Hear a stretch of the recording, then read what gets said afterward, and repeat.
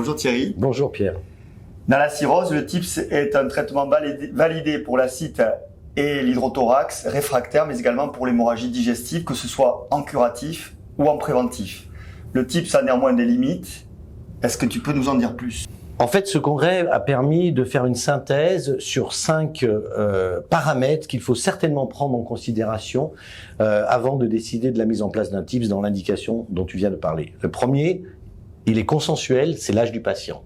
Clairement, le TIPS est quasiment contre-indiqué au-delà de 70 ans avec une réelle surmortalité, aussi bien sur une étude italienne qu'une autre étude américaine.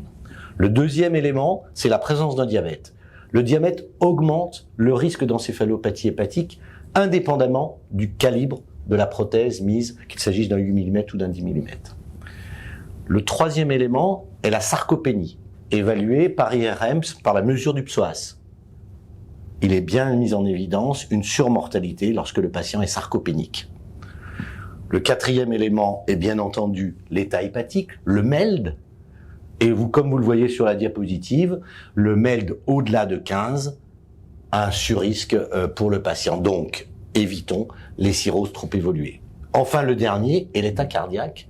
Et il y a une corrélation directe entre le risque de mortalité et la pression atriale droite, donc de l'oreillette droite, avant la mise en place d'un TIPS. Donc, il faut prendre en compte tous ces facteurs avant de discuter la mise en place d'un TIPS. Donc, TIPS, traitement validé, très efficace, mais des limites et il faut bien sélectionner les patients avant de pouvoir retenir l'indication. Voilà, tout à fait.